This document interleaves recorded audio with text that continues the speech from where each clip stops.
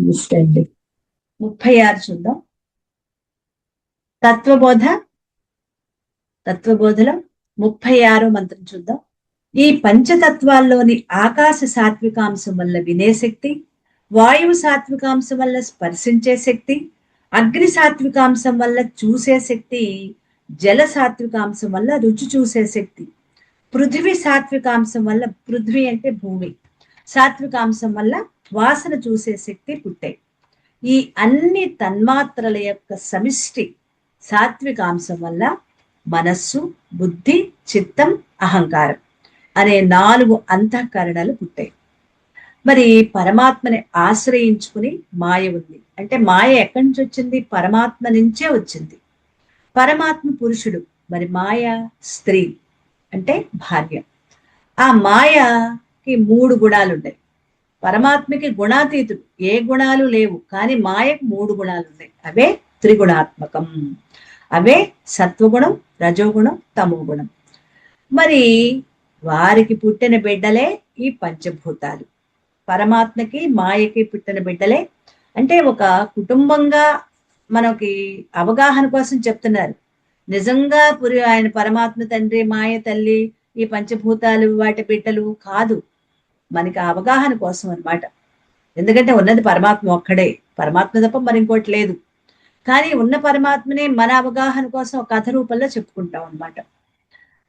ఈ 5 భూతాలు, భూతాలు అంటే పంచభూతాలు. ఈ 5 భూతాలు వాటి బిడ్డలే తన్మాత్రలు. తన్మాత్రలు అంటే వాటి లక్షణాలు. ఆ బిడ్డలకి తల్లి పోలికే. అంటే 3 గుణాలు ఉంటాయి. ఇక్కడ తల్లి త్రిగుణాత్మకం, మాయ త్రిగుణాత్మకం. కాబట్టి పంచభూతాలు కూడా 3 తన్మాత్రలు 3 ఉంటాయి. సత్వగుణం, తమోగుణం, రజోగుణం. వాటినే సాత్వికాంశాలు, రాజసికాంశాలు, తామసికాంశాలు అంటారు. అందువల్ల ఈ పంచభూతాల తన్మాత్రలకి కూడా ఈ 3 గుణాలు వచ్చాయి. మరి ఈ 5 తన్మాత్రల నుంచే జ్ఞానేంద్రియాలు, 5 జ్ఞానేంద్రియాలు, 5 కర్మేంద్రియాలు, 5 పంచప్రాణాలు. పంచప్రాణాలంటే ప్రాణము, అపానము, వ్యానము, ఉదానము, సమానము. అవి తెలుసు. జ్ఞానేంద్రియాలంటే చెవి, కన్ను, ముక్కు, చర్మం, నాలుక. కర్మేంద్రియాలు వాక్కు, కాళ్ళు, చేతులు, ఉపస్థ, పాయువు. మరొక 4 అంతఃకరణలు మనస్సు, బుద్ధి, చిత్తం, అహంకారం. వీటితో పాటు స్థూల శరీరం, ఈ కనిపించే శరీరం వచ్చాయి. అయితే ఏ గుణం వల్ల ఏం వచ్చాయి అనే విషయాన్ని ఇక్కడ చెప్తున్నారు. ముందుగా తల్లి యొక్క త్రిగుణాత్మకంలోని మొట్టమొదటి గుణం సాత్వికం, సాత్వికాంశం. ఈ సాత్విక గుణం నుంచి ఏమొచ్చిందో ఇక్కడ మనం తెలుసుకుందాం. ఆకాశ తన్మాత్ర సాత్వికాంశం వల్ల, జాగ్రత్తగా అర్థం చేసుకోవాలి, ఆకాశం పంచభూతం, దాని యొక్క తన్మాత్ర శ్రోత్రేంద్రియం, వినే శక్తి. ఆ సాత్వికాంశం వల్ల శ్రోత్రేంద్రియం, వినే శక్తి ఏర్పడింది. వాయు తన్మాత్ర సాత్వికాంశం వల్ల త్వక్ ఇంద్రియం, త్వక్ అంటే చర్మం, ఈ చర్మం అనే ఇంద్రియానికి స్పర్శించే శక్తి వచ్చింది. అగ్ని తన్మాత్ర సాత్వికాంశం వల్ల చక్షురింద్రియం, కంటికి చూసే శక్తి వచ్చింది. చక్షువు అంటే కన్ను కదా, చూసే శక్తి వచ్చింది. జల తన్మాత్ర సాత్వికాంశం వల్ల నాలుకకి రసనేంద్రియం అంటే నాలుకకి రుచి చూసే శక్తి వచ్చింది. పృథ్వీ తన్మాత్ర సాత్వికాంశం వల్ల ఘ్రాణేంద్రియం, ముక్కుకి వాసన చూసే శక్తి వచ్చాయి. ఈ 5 తన్మాత్రల యొక్క సమిష్టి సాత్వికాంశం వల్ల, అంటే 5 తన్మాత్రల యొక్క సమిష్టి శక్తి వల్ల మనస్సు, బుద్ధి, చిత్తం, అహంకారం, ఈ 4 కూడా వచ్చాయి. అంతఃకరణలు అంటారు వీటిని. అయితే పంచభూతాలతో తయారైందే ఈ మానవ దేహం. 5 భూతాలతో, ఆకాశం, వాయువు, అగ్ని, జలము, నీరు, జలము, భూమి, ఈ 5టితో తయారైందే ఈ మానవ దేహం. దేహం అంటే స్థూల దేహం, సూక్ష్మదేహం, కారణదేహం, 3 కలిపి. అయితే స్థూల శరీరం పంచీకరణం చెందిన పంచభూతాలు. పంచీకరణం చెందిన అంటే అదేంటో ముందు ముందు వస్తుంది, కంగారు పడక్కర్లా. పంచీకరణం ఏంటో కూడా మనం తెలుసుకుంటాం. అయితే పంచీకరణం ఎలా చెందింది? తామసిక అంశాలతో తయారైంది. ఈ పంచభూతాలే, 5 భూతాలే ఇంకొకసారి వెనక్కి వెళ్ళి గుర్తు చేసుకుందాం. ఈ 5 భూతాలు ఎవరి పిల్లలు? మాయ నుంచి. తల్లి మాయ, తండ్రి పరమాత్మ, వాటి పిల్లలే ఈ పంచభూతాలు.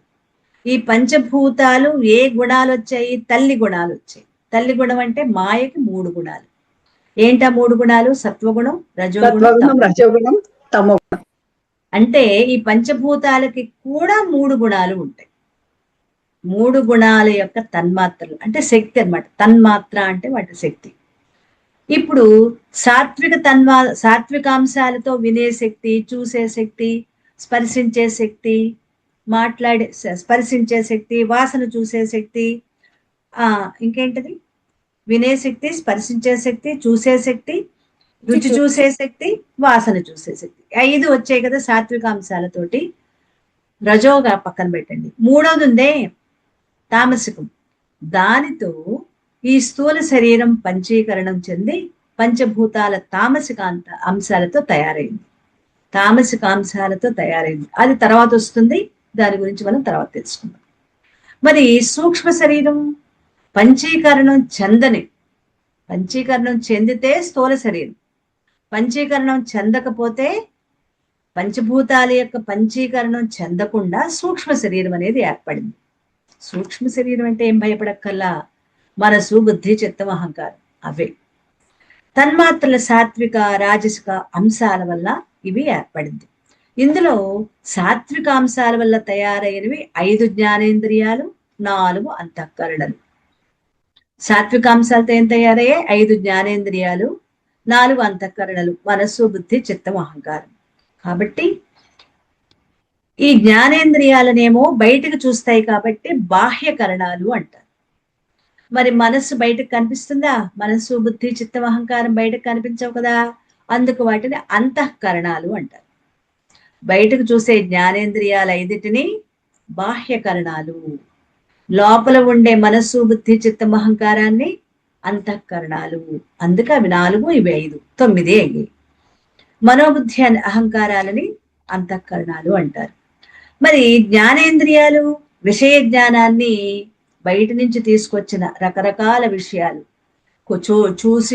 చూసి తెలుసు పంపిస్తుంది. కొన్ని విషయాలు విని కొన్ని పంపిస్తాయి, రుచి చూసి కొన్ని పంపిస్తాయి, వాసన చూసి కొన్ని విషయాలు పంపిస్తాయి, స్పర్శించి కొన్ని విషయాలు. ఇవన్నీ కూడా ఎవరికి చేరేస్తాయి? ఈ విషయాలు మనస్సుకి చేరవేస్తాయి. ఈ మనస్సుకి చేరవేస్తే ఆ జ్ఞానాన్ని విశ్లేషణ చేస్తుంది. ఆ తీసుకున్న జ్ఞానాన్ని మనస్సు, బుద్ధి ఈ 2 కూడా విశ్లేషణ చేస్తాయి. అంటే ఆ మనస్సు బుద్ధికి అందిస్తుంది, బుద్ధి అక్కడ విశ్లేషణ చేస్తుంది. సత్వగుణం జ్ఞాన సంబంధమైంది. సత్వగుణం ఎప్పుడూ కూడా తెలుసుకునే దానికి సంబంధించింది, జ్ఞాన సంబంధమైంది. కాబట్టి జ్ఞానేంద్రియాలని అంతఃకరణాలని 2 ఇచ్చేది సత్వగుణమే. జ్ఞానేంద్రియాలకి అంతఃకరణలకి శక్తినిచ్చేది సత్వగుణం. ఎందుకంటే జ్ఞానం అంటే బయట విషయాల యొక్క జ్ఞానాన్ని మనస్సుకు అందజేస్తోంది కదా, అందుకు అది సత్వగుణం. ఈ జ్ఞానేంద్రియాలను, ఎందుకంటే మీకు ఇప్పుడు విన్నప్పుడు ఒకలా ఉంటుంది, ఇది మూసేశాక మళ్ళీ అవగాహన కాదు. సత్వగుణం దేనికి సంబంధించింది? ఏ ఏ ఇంద్రియాలు? సత్వగుణం సాత్వికాంశాలు, దేనికి? జ్ఞానేంద్రియాలు, అంతఃకరణలు. అది గుర్తుపెట్టుకోండి. ఎందుకు అంటే సత్వగుణం అంటేనే జ్ఞానం. ఈ 5 ఇంద్రియాలే జ్ఞానాన్ని మనసుకిస్తాయి. ఆ మనస్సు, బుద్ధి, చిత్తం, అహంకారం అక్కడ వాటితో పనిచేస్తాయి. కాబట్టి అవి 4, ఇవి 5 సత్వగుణానికి సంబంధించినవి. ఇక్కడ క్లియర్ అయిందా? ఇంతవరకు అవగాహన అయిందా? ఇవి సాత్వికాంశాలు. తర్వాత ఈ జ్ఞానేంద్రియాలన్నీ ఆయా వేరు వేరు తన్మాత్రల నుండి వస్తూ ఉంటే, మరి 4 అంతఃకరణలు కూడా 5 తన్మాత్రల సమిష్టి సాత్వికాంశాలు. అంటే 5 కలిపి. ఆకాశము యొక్క గుణం శబ్దము, స్పర్శ, రూపము, రసము, గంధము. ఈ 5 యొక్క తన్మాత్రల సమిష్టి అంటే కలిసిపోయింది. ఇక్కడ పదాలు సమిష్టి, వ్యష్టి లాంటివి వస్తాయి. వ్యష్టి అంటే విడివిడిగా, సమిష్టి అంటే కలిసిపోయి, అన్నీ కలిసి అని అవగాహన చేసుకున్నాం. సమిష్టి సాత్విక అంశాల నుంచి అంతఃకరణలు అనేవి వస్తున్నాయి. ఈ విధంగా 5 జ్ఞానేంద్రియాలు, 5 అంతఃకరణలు, మొత్తం 9 తత్వాలు పంచభూతాల యొక్క సాత్విక గుణం నుంచి, సాత్విక అంశాల నుంచి వచ్చాయి. ఇంతవరకు అర్థమైందా అండి? పంచభూతాల యొక్క విడివిడి తన్మాత్రల వల్ల ఒక్కొక్క గుణము జ్ఞానేంద్రియాలకు వచ్చింది. ఈ 5 పంచభూతాల యొక్క సమిష్టి తన్మాత్రల వల్ల మనస్సు, బుద్ధి, చిత్తము, అహంకారం అనే 4 అంతఃకరణలకి వచ్చాయి. ఇంతవరకు మనకు అవగాహన అయిందా లేదా? మరొకసారి రిపీట్ చేయాలంటే, పరమాత్మ నుంచి మాయ వచ్చింది. ఈ మాయకు 3 గుణాలు. పరమాత్మ తండ్రి అయితే ఇక్కడ మన అవగాహనలో, అంతేగాని పరమాత్మ తండ్రి, మాయ తల్లి, పంచ జ్ఞానేంద్రియాలు, పంచభూతాలేమో బిడ్డలు ఇలాగే ఉంటుంది కాదు. ఇది మన అవగాహన కోసం చెప్పుకునే ఒక కథ అనమాట. మన బాలకోపాఖ్యానం చెప్పుకున్నట్లుగా దీన్ని మన కోసం చెప్పుకుంటున్నాం. ఈ పరమాత్మ నుంచి తల్లి అయిన మాయకు 3 గుణాలు ఉన్నాయి. అవే సత్వగుణం, రజోగుణం, తమోగుణం. 3 గుణాలు కలిస్తేనే మాయ. ఈ పరమాత్మ నుంచి మాయ కలిసి ఉన్నవి వాటి బిడ్డలు ఎవరు అంటే 5 పంచభూతాలు. ఈ పంచభూతాలకు కూడా తల్లిలాగా 3 గుణాలు ఉన్నాయి. పంచభూతాలంటే ఆకాశము, వాయువు, అగ్ని, జలము, పృథివీ. పృథివీ అంటే భూమి. అంటే ఈ వీటికి కూడా సత్వగుణము, రజోగుణము, తమోగుణం 3 గుణాలు ఉన్నాయి. ఈ 3 గుణాలు మన శరీరంలో మనలో ఎలా వ్యక్తమవుతున్నాయి? 5 జ్ఞానేంద్రియాలు ఉన్నాయి. ఈ 5 జ్ఞానేంద్రియాలు ఎక్కడున్నాయి? పైకి ఉన్నాయి, ఇంచుమించు మొహం మీదే ఉన్నాయి. ఈ మొహంలోనే 5 జ్ఞానేంద్రియాలు ఉన్నాయి. అంటే శరీరం అంతా చర్మం ఉందనుకోండి, కానీ ఉన్న 4 కూడా ముఖంలోనే కదా ఉన్నాయి. ఇవి బయట నుంచి విషయాలను తీసుకొస్తాయి. తీసుకొచ్చి ఎవరికి ఇస్తాయి? మనస్సుకి అందిస్తాయి. ఆ విషయాలను తీసుకురావటమే జ్ఞానం. జ్ఞానం ఎప్పుడూ కూడా సత్వగుణానికే చెందింది. సత్వగుణంలోనే జ్ఞానాన్ని పొందుతూ ఉంటాం. సత్వగుణానికి జ్ఞానానికి అవినాభావ సంబంధం. అంటే ఈ జ్ఞానేంద్రియాలు తీసుకొచ్చే విషయాలు సాత్వికాంశాలు. సాత్వికాంశాలన్నీ కూడా ఏం చేస్తాయంటే ఇవి తీసుకొచ్చి మనసుకి అందజేస్తాయి. మనస్సు అక్కడ బుద్ధితో కలిసి వాటిని విశ్లేషణ చేస్తుంది. మరి ఈ మనస్సు ఎలా తయారైంది అంటే, ఈ మనస్సు ఆకాశము, వాయువు, అగ్ని, జలము, పృథివీ యొక్క తన్మాత్రలు, తన్మాత్రలు అంటే శబ్ద, స్పర్శ, రూప, రస, గంధ, వీటి యొక్క తన్మాత్రలు 5 యొక్క సమిష్టి అంటే 5 యొక్క శక్తి తీసుకుని 4 అంతఃకరణలుగా ఏర్పడ్డాయి. అవే మనసు, బుద్ధి, చిత్తం, అహంకారం. ఈ 5 ఇంద్రియాలు, 5 జ్ఞానేంద్రియాలు, 4 అంతఃకరణలు, ఇవి సాత్విక అంశాల వల్ల ఏర్పడ్డాయి. ఇంతవరకు అర్థమైందండి? ఎస్ మేడం, అర్థమైంది మేడం. 5 తన్మాత్రల, పంచభూతాల 5 తన్మాత్రల సాత్వికాంశాల వల్ల 5 జ్ఞానేంద్రియాలు, మళ్ళీ 4 సమిష్టి, వీటన్నిటి యొక్క సమిష్టి తన్మాత్రల వల్ల 4 అంతఃకరణలు ఏర్పడ్డాయి. ఓకే, ఇంతవరకు అవగాహన అయితే ఇప్పుడు అంతఃకరణాల గురించి, ఇప్పుడు వాటి గురించి వివరించుకుందాం. 4 అంతఃకరణాల పనేమిటి, ఏం పనిచేస్తాయి? 37 చూడండి. సంకల్ప వికల్పాత్మకం మనః, నిశ్చయాత్మక బుద్ధి, అహం కర్త అహంకారః, చింతన కర్తృ చిత్తం. చక్కగా విడదీసి చెప్పారు. ఏం చేయాలో తేల్చుకోలేక అటు ఇటు ఊగిసలాడేది మనస్సు. నిజమే కదా? మనకి ఒక 2-3 ఒకేలాంటి పదార్థాలు, అంటే కొద్దిగా అటు ఇటు తేడాగా ఉన్నవి ఏదైనా వస్తువులు ఇస్తే, నీకు ఇందులో ఏది కావాలో తీసుకో అంటే వెంటనే దాని మీద చేపెట్టి తీసేసుకో. ఇదా అదా, ఇది బాగుందా అది బాగుందా, అది ఇంకా ఎక్కువ బాగున్నట్టుంది, ఇది కూడా చూస్తుంటే బాగానే ఉంది అంటే తొందరగా తేల్చుకోలేదు మనస్సు. అది మనకి బాగా అలవాటు ఎక్కడంటే చెడల దగ్గర, బట్టల దగ్గర. కాబట్టి మన మనస్సుకి ఇది కరెక్ట్. ఏం చేయాలో తేల్చుకోలేక అటు ఇటు ఊగిసలాడేది మనస్సు. నిష్కర్షగా తేల్చుకునేది బుద్ధి. కరెక్ట్ గా చెప్తుంది, ఇది చాలు, ఏది చూసిందో అది కరెక్ట్ గా చెప్తుంది బుద్ధి. నేను చేస్తున్నాను అనేది అహంకారం. జరిగిపోయిన వాటి ఆధారంగా చింతన చేసేది చిత్తం. దాన్ని వివరించుకుందాం. అంతఃకరణలు 4గా ఉన్నా నిజంగా అవి 4 కాదు, ఉన్నది ఒకటే. అయితే చేసే పనులను బట్టి అవి 4గా విభజించుకున్నాం. ఒకే వ్యక్తి, ఒక ఆవిడ పిల్లలకు తల్లి. మరి భార్యకి, ఆవిడ ఒక టీచర్, నాలాంటి టీచర్ అయితే స్కూల్లో టీచరు, ఇంట్లో గృహిణి. మరి నలుగురు, నలుగురు వేరు వేరు కాదు కదా, నలుగురు ఒకళ్ళే. అంటే ఒక తల్లిగా, ఒక భార్యగా, ఒక టీచర్గా, ఒక గృహిణిగా ఉన్నది ఒకే ఒక వ్యక్తి. ఇది మనకు అవగాహన. అలాగే ఈ నాలుగు వేరు కాదు.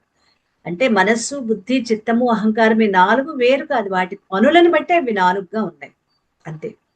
ఇక్కడ కూడా మన లోపల కలిగే ఆలోచనలను బట్టి, వాటి స్వభావాన్ని బట్టి నాలుగు కరణాలుగా, అంటే నాలుగు విడివిడిగా లోపలి ఆలోచనలకు చెందినవి కాబట్టి ఇవి అంతఃకరణాలుగా చెప్పడం జరిగింది. మన యొక్క ఆలోచనలు బట్టి ఇవి నాలుగుగా అనుకుంటున్నాం, కానీ నాలుగు ఒకటే. ఇవి లోపల ఉంటాయి కాబట్టి వీటిని అంతఃకరణలు, పైకి కనిపించవు కదా, అందుకని అంతఃకరణం. మనస్సు, దీన్ని మళ్ళీ విశ్లేషణ చేద్దాం. ఇలా చేద్దామా, అలా చేద్దామా అని ఆలోచిస్తున్నంత కాలం అది మనస్సుగానే ఉంటుంది. ఇప్పుడు జరుగుతున్న విషయాల గురించి, సంఘటనల గురించి, అలాగే భవిష్యత్తులో రాబోయే రోజుల్లో, అంటే 4-3 రోజుల్లో, లేదా రేపు గురించి, లేదా వారం రోజుల తర్వాత గురించి, చెయ్యబోయే ఒక పని గురించి, ఆ సంఘటనల గురించి ఆలోచిస్తూ ఆందోళన చెందేది మనస్సు. ఏ బాబా నేను చేయగలనో లేదు, అసలు నేను పూర్తి చేస్తానో లేదు, నా వల్ల అవుతుందో లేదు, మనం ఎన్ని అనుకుంటూ ఉంటామండి. ఇదంతా ఆందోళన గురి చేసేది మనస్సు. ఒక నిశ్చయానికి రాకుండా ఉన్నంత వరకు దాని మనస్సు అంటారు. అటు ఇటు డైలమాలో ఉంటుంది. చేద్దామా వద్దా, వెళ్దామా వద్దా, వాళ్ళు పిలిచారు బాగోదు, పిలిచిన తర్వాత వెళ్ళకపోతే ఏమన్నా అనుకుంటారు, కానీ ఇప్పుడు నాకు వాళ్ళు పనులు ఉన్నాయి, వెళ్ళాలా వద్దా, వెళ్ళకపోతే ఏమవుతుంది, ఓసారి తిట్టుకుంటారు, అంతే కదా. ఇలా మనం ఒక గుంజాటన పడుతూ ఉంటాం కదా, ఆందోళన పడుతూ ఉంటామా. ఆ ఆందోళన పడి దానికి నిశ్చయానికి వచ్చేంత వరకు అది మనస్సే పీకుతూ ఉంటుంది కదా. ఇదంతా మనకి అలవాటే. మన మనస్సు అంటే ఇప్పుడు మనకు అర్థమైపోయింది. మనస్సులో ఇప్పుడు బుద్ధి అంటే ఏంటో చూద్దాం. మనస్సు అంటే ఆలోచనలతో సతమతమవుతూ ఇదా అదా అని ఆందోళనకి గురవుతూ ఉంటుంది. అది ఒక నిశ్చయానికి రాదు. రాకుండా ఉన్నంత కాలం దాన్ని మనస్సు అనే అంటాం. మనస్సులో కలిగే ఆలోచనలకి, సందేహాలకి, సంశయాలకి, ఆందోళనకి ఆపేసి ఒక పులి స్టాప్ పెట్టే విధంగా ఏదో ఒక నిర్ణయానికి వస్తాం. నిరంతరం ఆందోళనలో ఉండం కదా, అక్కడ మనం తేల్చుకుంటాం కదా ఇదా అదా అన్నది. అలా నిర్ణయానికి వస్తే అప్పుడు బుద్ధి అంటారు. నిర్ణయానికి వచ్చేంత వరకు మనస్సు, నిర్ణయం తీసుకుంటే దాన్ని బుద్ధి. అంటే బుద్ధికి విచక్షణ శక్తి ఎక్కువ ఉంటుంది. మంచి చెడుల యొక్క విచక్షణ చేయటం బుద్ధి చేస్తుంటుంది. ఇక మూడోది, జీవితంలో జరిగే సంఘటనలు, మనోబుద్ధులు. ఈ మనోబుద్ధుల్లోని సంకల్పాలు, నిర్ణయాలు, వీటన్నిటినీ నిల్వ చేసే చోటు, అంటే ఆ జ్ఞాపకాలన్నిటినీ ఓ పక్కన ఓ బాక్సుల్లో, మనకి పోస్ట్ ఆఫీస్లో చూడండి, మనం పూర్వం, ఇప్పుడు పోస్ట్ ఆఫీస్లో ఏం కాదు కానీ పూర్వం మనం పోస్ట్ ఆఫీస్కి వెళ్తే అక్కడ ఒక పావురాల గూడులాగా ఉండేవి. ఉత్తరాలు ఏ ఊరిలో ఉత్తరాలు ఆ ఊర్లో పెట్టేవారు గుర్తుందా. మన మనస్సులో కూడా అలాంటి జ్ఞాపకాల అరలు ఉంటాయి. ఆ అరల్లో దాస్తూ ఉంటాయి అన్నమాట జ్ఞాపకాలని. దాన్ని చిత్తం. ఇది జ్ఞాపకాల పుట్ట. అంటే మనకి జరిగిన, విన్న, చూసిన సంఘటనలు, మాటలు, ఇవన్నీ మన లోపల జ్ఞాపకం చేసి జ్ఞాపకాలుగా అరల్లో దాచిపెడుతోంది చిత్తం. అవసరం వచ్చినప్పుడు బయటకు తీస్తుంది, ఎప్పుడు పడితే అప్పుడు బయటకు రావాలి. ఆ సమయ సందర్భాలను బట్టి అప్పటి జ్ఞాపకాన్ని బయటకు తీసి మనకిస్తూ ఉంటుంది. అది జ్ఞాపకాల పుట్ట చిత్తం. ఇక నాలుగోది, బుద్ధిలో తీసుకున్న నిర్ణయాలని అమలుపరచడానికి ముందుకు వచ్చే అంతఃకరణమే నేను. చేసేది నేను, చూసేది నేను, ఇచ్చేది నేను, వెళ్ళేది నేను. ఆ నేను నేను నేను అనేది అహంకారం. అహంకారం అంటే ఏమో లేదు, నేను, నేను వెళ్తా, నేను చూస్తా, నేను చేస్తా, నాది, నేను అంటూ ఉంటామే, అది అహంకారం. అహంకారం అనేది బుద్ధిలోని నిర్ణయాలను అమలుపరుస్తూ ఉంటుంది. ఇంకొకసారి మనం దీన్ని వివరించుకుందాం, మనకి అర్థమయ్యేటట్లు. ఇది నిర్ణయాలు తీసుకునేంత వరకు అదా ఇదా, ఏం చేద్దాం, ఎలా ఉందాం, ఎప్పుడు వెళ్దాం అని ఆలోచనలు చేసేంత వరకు మనస్సు. అలా చేయగా చేయగా దానికి ఒక నిర్ణయానికి వచ్చేస్తాం. ఈ పని చేద్దాం ఖచ్చితం, ఇంకిన్ని మాటలు వద్దు, ఇంకిన్ని నిర్ణయాలు వద్దు, ఇది ఖచ్చితంగా ఇది చేద్దాం అని దానిలోని లోతుపాతులన్నీ నిర్ణయించి నిర్ణయం తీసుకునేది బుద్ధి. ఇప్పుడు ఇన్ని ఆలోచించామే, ఇన్ని విన్నాము, ఎన్నో విన్నాం, ఎన్నో చూసాం, ఎన్నో రుచి చూసాం, ఎన్నో వాసనలు చూసాం, ఎన్నో స్పర్శించాం. ఈ విషయాలన్నిటిని ఎన్నిటినో మనం గమనించాం. మన దగ్గరకు వచ్చాయి అవన్నీ. వాటిని జ్ఞాపకాలుగా మన పోస్ట్ ఆఫీస్ లోని చిన్న పావురాలు పెట్టలాంటిది ఉంటుంది చూసారా, ఏ ఊరు ఉత్తరాలు ఆ ఊరు గూట్లో పెట్టినట్లుగా, అలా మనలోని చిత్తం ఏం చేస్తుందంటే ఆ గూట్లలో ఈ జ్ఞాపకాలను జాగ్రత్తగా పెడుతుంది అనమాట. ఎందుకు పెడుతుంది? అవసరమైనప్పుడు తీసుకోవడానికి. అస్తమానం తీయదు, ఆ సమయం సందర్భం వచ్చినప్పుడే ఆ జ్ఞాపకం బయటకు వస్తుంది. ఇవన్నీ అందులో దాచిపెట్టేది చిత్తం. ఇప్పుడు బుద్ధి నిర్ణయాలు తీసుకుంది కదా, మరి దాన్ని అమలు చేయాలి కదా. అమలు చేసేది ఎవరు? పరిగెత్తుకుంటూ వచ్చి నేను చేస్తా. ఆ నేను నేను నేను అనేదే అహంకారం. ఇప్పుడు 4 ఒకటే కదా, అర్థమైందా? 4 ఒకటే అని. అంతఃకరణలు 4, మనస్సు, బుద్ధి, చిత్తం, అహంకారము 4 ఒకటే. కానీ ఆయా పనులను బట్టి అవి 4గా మనం అవగాహన చేసుకుంటున్నాం. ఇది నిర్ణయాలను తీసుకుని బుద్ధిలోని నిర్ణయాలని అమలుపరిచేది అహంకారం. ఇలా అంతఃకరణలు 4 వాటి పనులు నిర్వహిస్తూ ఉంటాయి. నేను అనే ఆలోచన లేకపోతే ఇక వ్యక్తిత్వం అనేదే ఉండదు.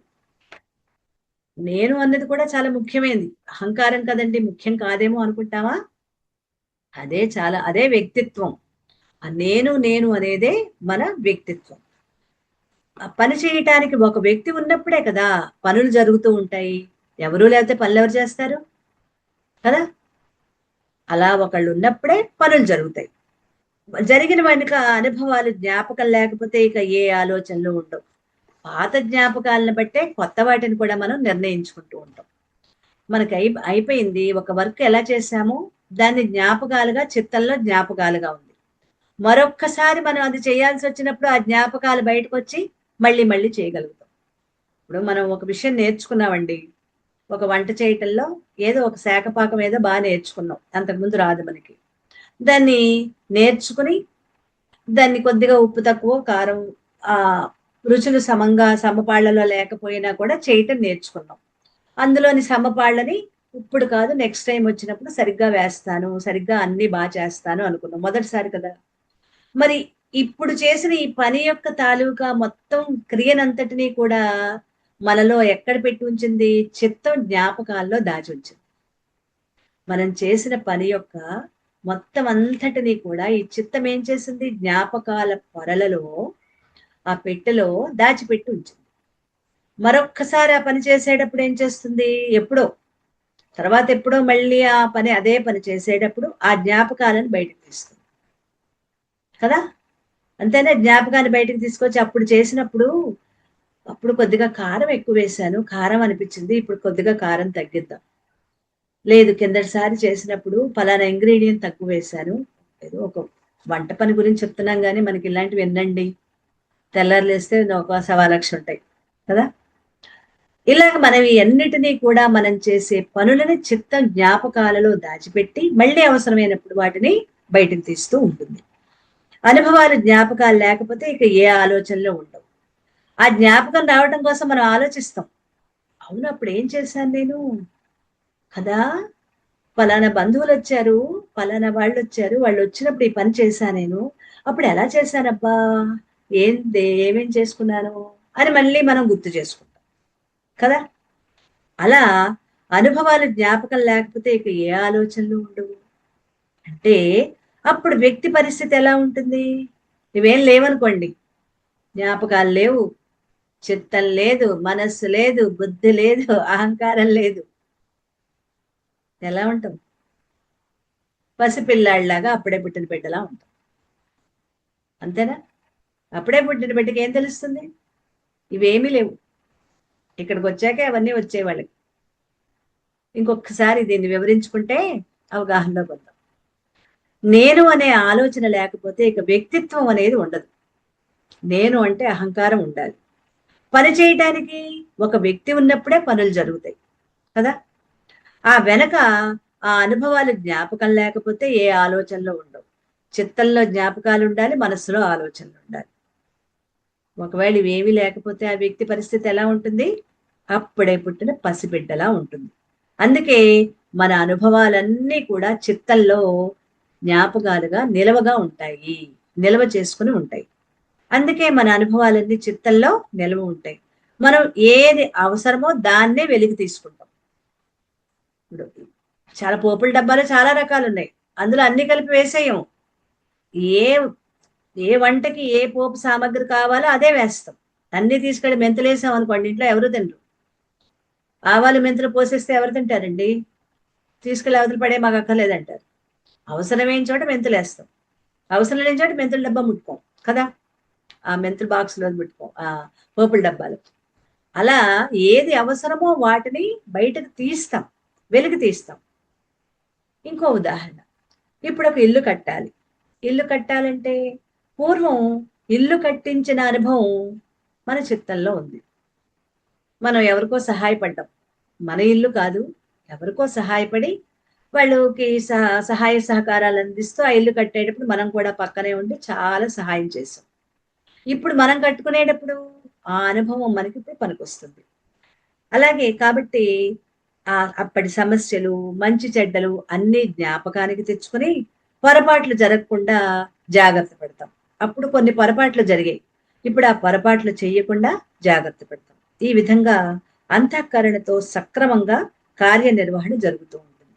ఈ 4 అంతఃకరణలు అంటే ఇవి పనిముట్లు అన్నమాట. ఎలా పనిచేస్తాయో, వాటి అధిదేవతలు ఏంటో ఇప్పుడు చెప్పుకుందాం. ఈ 4 పనిముట్లు ఎలా పనిచేస్తాయి, వాటికి అధిదేవతలు ఏంటి? పని చేయడం అనేది అర్థమైంది. 4 పనిముట్ల గురించి తెలుసుకున్నాం. మనస్సు, బుద్ధి, చిత్తము, అహంకారం అనే 4 పనిముట్లు చెప్పుకున్నాం. ఇవి ఎలా పనిచేస్తాయి, వీటి అధిదేవతలు ఏంటి, వాటి గురించి ఇప్పుడు 38లో చెప్పుకుందాం. 38 చూడండి, ఇది కూడా చిన్న మంత్రమే. మనసు దేవత చంద్రమాహ, బుద్ధే బ్రహ్మ, అహంకారస్య రుద్రః, చిత్తస్య వాసుదేవః. అబ్బా, ఇది చదువుతుంటేనే అర్థమైపోయింది కదండి. మనసు దేవత చంద్రమాహ, మనస్సుకు అధిదేవత చంద్రుడు. బుద్ధే బ్రహ్మాహ, బుద్ధికి అధిదేవత బ్రహ్మ. అహంకారస్య రుద్రః, అహంకారానికి అధిదేవత రుద్రుడు. చిత్తస్య వాసుదేవః, చిత్తానికి అధిదేవత వాసుదేవుడు. ఈ 4 అంతఃకరణలు వాటి వాటి స్వభావాలు ఎలా వచ్చాయి, వాటి అధిదేవతల వల్లనే వచ్చాయి. వీటికి స్వభావం ఎందుకు వచ్చింది? ఇవి 4గే ఎందుకున్నాయి? వీటికి ఏమిటా స్వభావం? ఎవరి వల్ల వచ్చింది వీటికి అంటే వాటి అధిదేవతల వల్ల. ఎవరు వాళ్ళు అంటే మనస్సుకు అధిదేవత చంద్రుడు, మనస్సుకి చంద్రుడు. బుద్ధికి అధిదేవత బ్రహ్మదేవుడు. అలాగే అహంకారానికి రుద్రుడు, చిత్తానికి వాసుదేవుడు అధిదేవతలు అని చెప్తూ, మనస్సుకు అధిదేవత చంద్రుడు. చంద్రుడు వృద్ధి చెందుతూ ఉంటాడు, క్షేమం చెందుతూ ఉంటాడు. 15 రోజులు వృద్ధి పెరుగుతూ ఉంటాడు, శుక్లపక్షం పెరుగుతూ ఉంటాడు. బహుళపక్షంలో, కృష్ణపక్షంలో క్షయం తగ్గుతూ ఉంటాడు. అలాగే మనస్సు కూడా మంచి ఆలోచనలు చేస్తుంది, చెడు ఆలోచనలు చేస్తుంది. పైకి కిందకి ఎగిరెగిరి గంతులేస్తుంది. సుఖమైతే ఎగిరి గంతులేస్తుంది, దుఃఖమైతే కుప్పకూలిపోతుంది. చంద్రుడికి సముద్రానికి సంబంధం ఉంది. పౌర్ణమి రోజుల్లో పెద్ద పెద్ద అలలు వస్తాయి. మరి అమావాస్య రోజుల్లో పోటు ఉంటుంది, ఆటుపోట్లు ఉంటాయి, అంటే వెనక్కి వెళ్తుంది. అలాగే అమావాస్య పౌర్ణమి రోజుల్లో బుద్ధిమాంద్యం ఉన్న వాళ్ళు ఉంటారు కదా, కొంత పిచ్చి, మనం పిచ్చివాళ్ళు అంటాం, వాళ్ళని పిచ్చివాళ్ళు అనకూడదు. ఆ బుద్ధిమాంద్యం ఉన్న వాళ్ళు ఎలా ప్రవర్తిస్తారో చూస్తే మనస్సుకి చంద్రుడికి ఉన్న సంబంధం మనకి అర్థమవుతుంది. అప్పుడు వాళ్ళు చాలా కోపంగా ఉంటారు, చాలా బాధగా ఉంటారు, తినరు, చాలా విసిగిస్తూ ఉంటారు. సరి అయిన మతిస్థిమితం లేని బుద్ధిమాంద్యం ఉన్నవాళ్ళు అనమాట. ఆ రోజుల్లో వాళ్ళు రెచ్చిపోతూ ఉంటారు. ఈ కారణాల వల్ల మనస్సుకి అధిదేవత చంద్రుడు. చంద్రుని యొక్క కళలే మన మనస్సుకు కూడా ఉన్నాయి. అందువల్ల మనస్సుకి అధిదేవత చంద్రుడు. చంద్రుడు ఎక్కడి నుంచి వచ్చాడు? చంద్రుడు పుట్టుక స్థానం సముద్రం. సముద్ర మథనం చేస్తున్నప్పుడు అందులో వచ్చిన అందులో వచ్చిన వాటిల్లో ఏమేమి వచ్చాయి? సముద్ర మథనం నుంచి అమృతం వచ్చింది, విషం వచ్చింది, ఐరావతం, కామధేనువు, కల్పవృక్షం, లక్ష్మీదేవి, సోముడు. సోముడు అంటే చంద్రుడు. సోముడు అంటే చంద్రుడు. చంద్రుని యొక్క సోదరి లక్ష్మీదేవి. అన్నమయ్య పాటల్లో కూడా ఉన్నాయి కదా సోదరి అన్నమాట. చంద్రుడు ఎవరు అంటే సముద్రం యొక్క పుత్రుడు అని. అలా చంద్రుడు సముద్రం నుంచి పుట్టాడు. పౌర్ణమి రోజు కొడుకుని చూడాలని ఎగిరెగిరి గంతులేస్తాడట తండ్రి అయిన సముద్రుడు. అందుకే అలలు అంత ఎగసిపడుతూ ఉంటాయి అని చక్కగా కవులు వర్ణిస్తున్నారనమాట. తన కొడుకుని చూడాలని పౌర్ణమి రోజున చంద్రుడు ఎలా ఉంటాడు? పౌర్ణమి రోజున నిండుగా ఉంటాడు కదా. ఆ తండ్రికి కోరిక ఏంటంటే ఆ కొడుకుని చూసుకోవాలని పరిగెత్తుకుంటే అలల రూపంలో వస్తాడట. బాగుంది కదా ఈ ఉపమానం. ఇక్కడ మనస్సుకి అధిదేవత చంద్రుడు. ఇక రెండవది బుద్ధి. మరి బుద్ధికి అధిదేవత బ్రహ్మదేవుడు. ఎందువల్ల బుద్ధికి అంటే సృష్టి చెయ్యాలంటే ప్రశాంతంగా ఉండి ఆలోచనలు చెయ్యాలి. స్పీడ్గా 10 రకాల ఆలోచనలు చేస్తే అది మనం అనుకున్నది కాదు, వేరే అవుతుంది. కాబట్టి బ్రహ్మదేవుడు తను సృష్టి చేసేటప్పుడు ప్రశాంత చిత్తంతో చేస్తాడు. అందుకే అలా సృష్టి చేయాలంటే ప్రశాంతంగా ఉండి ఆలోచనలు చేయాలి. అలా కాకుండా ఆందోళనతో అశాంతితో ఉంటే గణపతిని చేయకపోతే కోతి అవుతుందట. గణపతి బొమ్మ తయారు చేద్దామని మట్టి తీసుకుని అంతా చేస్తూ ఉంటే అది కాస్త కోతి బొమ్మ అవుతుందట. ఎందుకని? అనేక ఆలోచనలు, ఆందోళనతో ఈ సృష్టి అంతా అలా గందరగోళం అయిపోతుంది అనమాట. బ్రహ్మదేవుడు అలా ప్రశాంతంగా ఉండి ఈ సృష్టి చేస్తున్నాడు. బ్రహ్మలో ఉండేది ప్రశాంతత. ఆ ప్రశాంతంగా ఉండి ఈ సృష్టిని చేస్తున్నాడు. మన బుద్ధి కూడా ప్రశాంతంగా ఉంటేనే సృజనాత్మకమైన ఆలోచనలు వస్తాయి, సరి అయిన ఆలోచనలు వస్తాయి. అప్పుడు తీసుకునే నిర్ణయాలు సరైన నిర్ణయాలు తీసుకుంటాం. ఆవేశంతో తీసుకునే నిర్ణయాలు గబగబా ఏదో వినేసం, ఏదో చెప్పేశారు, ఇంకా వెంటనే తీసుకునే నిర్ణయాలు ఎలా ఉంటాయో మనకి తెలుసు. అపజయానికి, దుఃఖానికి దారితీస్తాయి. అంతే కదా. కొన్ని నిర్ణయాలు మనల్ని కాళ్ళు పట్టుకు కిందకి లాగేసినట్లుగా దుఃఖాల్లో, కష్టాల్లోకి నెట్టివేస్తూ ఉంటాయి. అయ్యో ఆ రోజు అలా చేయకుండా ఉండాల్సిందే, అలా ఆలోచించకుండా ఉండాల్సిందే, చూసావా ఎంత తప్పు చేశాను అనుకునే రోజులు కూడా మనకు ఉన్నాయండి అందరికీ. ఏమైనా కొత్త విషయమా? ఉన్నాయి మేడం. ఖచ్చితంగా తీసుకునే నిర్ణయాలే మన దుఃఖాలకి కారణం. అనాలోచిత నిర్ణయాలు అంటే ఆవేశంతో తీసుకునే నిర్ణయాలు, సరిగ్గా ఆలోచన లేకుండా చేసే నిర్ణయాలు మన కష్టాలకి, దుఃఖాలకి మనమే కారణం. ఇలా అపజయానికి, దుఃఖానికి దారితీస్తాయి. మరి బుద్ధి ప్రశాంతంగా ఉండి తెలివితో, వివేకంతో తీసుకునే నిర్ణయాలే సరి అయిన నిర్ణయాలు.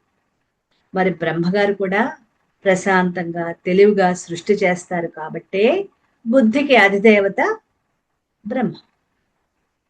నిర్ణయాలు తీసుకుని సృష్టి చేసేది, ఆలోచనలు చేసేది, ఆలోచిస్తూ సరి అయిన నిర్ణయాలు తీసుకునేది బ్రహ్మదేవుడు. అలాగే మన బుద్ధి కూడా సరిగ్గా ఆలోచించి నిర్ణయాలు తీసుకుని అవి చెయ్యాలి ఆ పనులు. అందువల్ల ఆ బుద్ధికి అధిదేవత బ్రహ్మగారు. ఇక తర్వాత రుద్రుడు. అహంకారానికి రుద్రుడు. అహంకారం ఎక్కువైతే అది బాధ కలిగిస్తుంది. అది అతనికి బాధే, అతనికే కాదు ఇతరులకి బాధే, అతనికి కూడా బాధే. అహం, నేను చేస్తున్నాను, నేను, నాది. చాలా మంది చూడండి, అహం అంటే, అహంకారం అంటే నేనే. కానీ ఆ కారం ఎక్కువైపోయినప్పుడే పొగరు తలకెక్కుతుంది. అందులో ఆ కారం ఎక్కువైపోయినప్పుడే అదేమవుతుంది? తలకెక్కుతుంది. అప్పుడు అతనికి బాధే, ఇతరులకి బాధే. అహంకారంతో వెదవీగే రాక్షసులు ఎందరినో బాధ పెట్టి చివరికి దిక్కుమాలిన చావు చస్తారు. వాళ్ళలో ఏం పెరిగిపోయింది? అహం పెరిగిపోయింది. అహంలోని కారం పెరిగిపోయింది అనమాట. రుద్రుడు అనే మాటకి సరి అయిన అర్థం రోధించేవాడు. ఒక్క రోధించడమే కాదు, రోధింప చేసేవాడు. రోధించేవాడు, రోధింప చేసేవాడు. కాబట్టి అహంకారానికి అధిదేవత రుద్రుడు. ఈ కారం ఎక్కువ అవ్వకుండా చూసుకోవాలి. సమపాళ్లలో ఉంచుకునేటట్లుగా అహన్న ఎవరైతే ఉంచుకుంటారో వాళ్ళు వాళ్ళకి బాగుంటారు, ఇతరులకు కూడా బాగుంటారు. ఓకే. తర్వాత చిత్తానికి వాసుదేవుడు. చిత్తం అంటే మన అనుభవాలని, ఆలోచనలని నిల్వ చేసుకుని ఉంచుకునే చిట్ట, జ్ఞాపకాల పుట్ట. ఇందాక మనం చెప్పుకున్నాం, పావురాళ్ళ గూళ్ళులా ఉండి అందులో జ్ఞాపకాలన్నీ ఒక్కొక్క దాంట్లో ఒక్కొక్కటి దాచిపెడుతుంది మన అనుభవాలని అని చెప్పుకున్నామా చిత్తం. అదే జ్ఞాపకాల పుట్ట. అదే అన్ని జ్ఞాపకాలు కూడా పరమాత్మ జ్ఞాపకాలే ఉండవండి, అన్ని ప్రాపంచికమైనవే. ఈ ప్రపంచంలో మనం వ్యవహరించే తీరు మీదే, మనం చేసే పనుల మీదే ఆ జ్ఞాపకాలన్నీ ఉంటాయి. మరి వాసుదేవుడు అంటే ప్రకృతిని వెలిగించి చూపించేవాడు. వాసుదేవుడు అనే మాటకు అర్థం ఏంటి? ప్రకృతిని వెలిగించి చూపించేవాడు. ఇంకా మన చిత్తంలో దాచి ఉంచుకున్న ప్రాపంచికమైన ఈ వస్తు సంబంధమైన ప్రకృతిని వెలిగించి చూపేవాడు వాసుదేవుడు. మన జ్ఞాపకాల్లో దాచుకున్న ఈ ప్రాపంచిక విషయాలు, రకరకాల సంఘటనలు, విషయాలు, వ్యక్తులు, వస్తువులు ఇవన్నీ ఉన్నాయే, ఇదంతా ప్రకృతి. ప్రకృతి అనే పదానికి చాలా అర్థాలు ఉన్నాయి.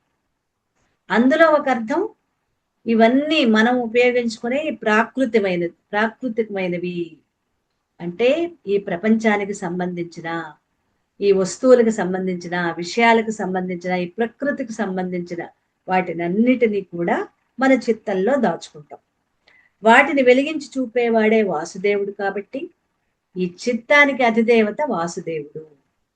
కాబట్టి చిత్తానికి అధిదేవత వాసుదేవుడు. ఇప్పుడు నలుగురు తెలిసారు. మనస్సుకి చంద్రుడు, బుద్ధికి బ్రహ్మ, అహంకారానికి రుద్రుడు కదా, అహంకారానికి రుద్రుడు, చిత్తానికి వాసుదేవుడు. ఈ నలుగురు కూడా అధిదేవతలు. ఇంతవరకు పంచతన్మాత్రల సాత్విక అంశాల నుంచి వచ్చిన 5 జ్ఞానేంద్రియాలు, 4 అంతఃకరణ గురించి తెలుసుకున్నాం. ఇప్పుడు ఇంతవరకు మనం చెప్పుకున్న విషయాలు, సాత్విక అంశాల నుంచి తెలుసుకున్న 5 జ్ఞానేంద్రియాలు, వినే శక్తి, చూసే శక్తి, రుచి చూసే శక్తి, వాసన చూసే శక్తి, స్పర్శించే శక్తి సాత్విక అంశాల నుంచి వచ్చాయి.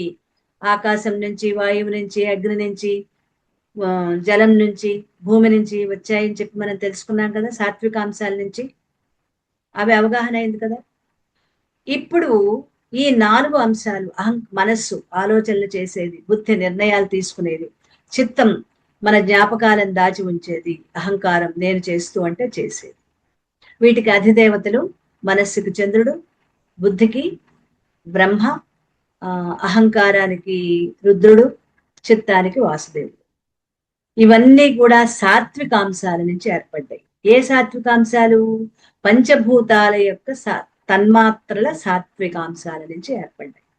సాత్వికాంశాలు అయిపోయి 4 అంతఃకరణలు, 5 జ్ఞానేంద్రియాలు. ఇవి సాత్వికాంశాల నుంచి ఏర్పడ్డాయి. ఇప్పుడు రాజసికాంశాల వైపు వెళ్తున్నాం. రెండోదైన రాజసికాంశాలు 39 చూడండి. ఇక్కడి నుంచి కొద్దిగా రాజసికాంశాలు, తర్వాత తామసికాంశాలు వస్తాయి. 39, 40 రాజసికాంశాలు, 41 నుంచి తామసికాంశాల్లోకి వెళ్తాం. ఈ రాజసికాంశాల నుంచి 5 ఏమేమి వచ్చాయి? వీటిలోంచి 5 కర్మేంద్రియాలు, 5 ప్రాణాలు వస్తాయి. పంచప్రాణాలు. 5 కర్మేంద్రియాలంటే వాక్కు, చేతులు, కాళ్ళు, ఉపస్థ, పాయువు అంటే జననేంద్రియాలు, కింది భాగాలు. ఇవి కాకుండా 5 ప్రాణాలు. ఏమిటా ప్రాణాలు? ప్రాణము, అపానము, వ్యానము, ఉదానము, సమానం. ఈ 5 కూడా రాజసికాంశాల నుంచి వస్తాయి. 5 కర్మేంద్రియాలు, 5 ప్రాణాలు రాజసికాంశాల నుంచి వస్తాయి. 39 చూద్దాం. ఏతేషాం పంచతత్వానాం మధ్యే ఆకాశస్య రాజసాంశాత్ వాగింద్రియం సంభూతం, వాయో రాజసాంశాత్ పాణీంద్రియం సంభూతం, వహ్నే, వహ్నే అంటే అగ్ని. రాజసాంసాత్ పాదేంద్రియం సంభూతం, జలస్య రాజసాంసాత్ ఉదేంద్రియం సంభూతం, పృథివ్యా రాజసాంసాత్ ఉపస్థేంద్రియం సంభూతం, ఏతేషాం సమష్టి రాజసాంసాత్ పంచ ప్రాణా సంభూతాః. ఇందాక మనం చెప్పుకున్న దాంట్లో 5 యొక్క స్థామ సాత్వికాంశాల యొక్క సమష్టి సాత్వికాంశాలతో, 5 సమష్టి సాత్వికాంశాలతో 4 అంతఃకరణలు ఏర్పడ్డాయి, మనస్సు బుద్ధి చిత్తం అహంకారము. ఇప్పుడు 5 రాజసికాంశాల యొక్క తన్మాత్రలతో పంచ ప్రాణాలు ఏర్పడతాయి. పంచ ప్రాణాలంటే 5 ప్రాణాలు, ప్రాణ అపాన వ్యాన ఉదాన సమానాలు ఏర్పడతాయి. ఒక్కొక్క దాని నుంచి ఆకాశస్య రాజసాంసాత్ వాగీంద్రియం సంభూతం, ఆకాశ రాజసాంసాత్ నుంచి వాగీంద్రియం అంటే వాక్కు. వాయువు వల్ల పాణింద్రియం చేతులు, వాయో రాజసాంసాత్ పాణింద్రియం సంభూతం, వహ్ని రాజసాంసాత్ పాదేంద్రియం సంభూతం. వహ్ని అంటే అగ్ని, అగ్ని రాజసాంసాత్ అంశాలతోటి పాదేంద్రియం అంటే కాళ్ళు ఏర్పడ్డాయి. జలస్య రాజసాంసాత్ ఉదేంద్రియం సంభూతం, జలము వల్ల వాయువు కింది భాగం మలద్వారం అన్నమాట. పృథివ్యా రాజసాంసాత్ ఉపస్థేంద్రియం సంభూతం, పృథివి అంటే భూమి, రాజసాంసంతో ఉపస్థ వాయువు ఉపస్థ అనేది జననేంద్రియం సంభూతం వస్తుంది. ఏతేషాం సమష్టి రాజసాంసాత్, ఈ 5 సమష్టి రాజసాంసాతోటి పంచ ప్రాణా సంభూతాః, 5 ప్రాణాలు వస్తాయి. ఓకే అండి, దీని వివరణ మనం రేపు చెప్పుకుందాము. ఇంతవరకు చెప్పుకుంది అర్థమైంది కదా. సాత్వికాంశాలు అర్థమయ్యాయి, రాజసికాంశాలు అంటే ఏంటో, అవి వాటి యొక్క అధిదేవతలు, వీటి గురించి, ఇవి ఏ ఏ పనులు చేస్తాయో వీటి గురించి, కర్మేంద్రియాలు పంచ ప్రాణాల గురించి రాజసికాంశాలతో రేపు మనం చెప్పుకుందాం.